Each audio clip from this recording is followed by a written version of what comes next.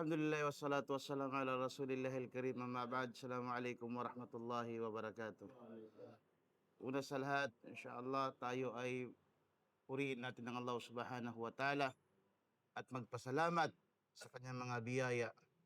Tayo ay hingi ng kapatawaran sa lahat nating pagkakamali. Tayo ay nagkakamali.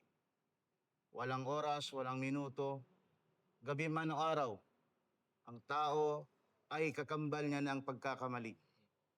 Kasama na yan sa buhay niya.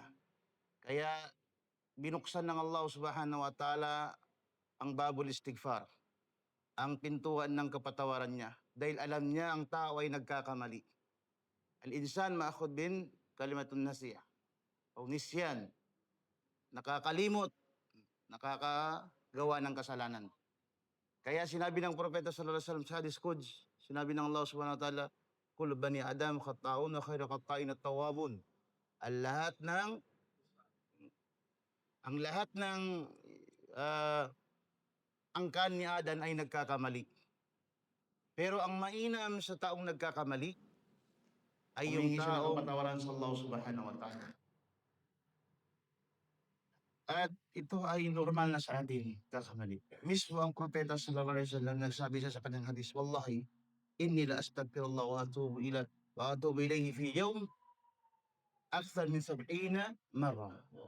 Sinabi ng mahal na Rasul sallallahu alaihi wasallam, sumpa man sa Allah, sabi niya, ako ay humingi ng kapatawaran sa Allah.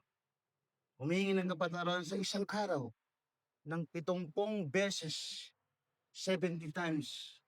Humingi siya ng kapatawaran. Propeta sallallahu alaihi wasallam pinatawad ng kanyang kasalanan nagdaan at saka magagawa niya pa, pinatawad lahat ng Allah.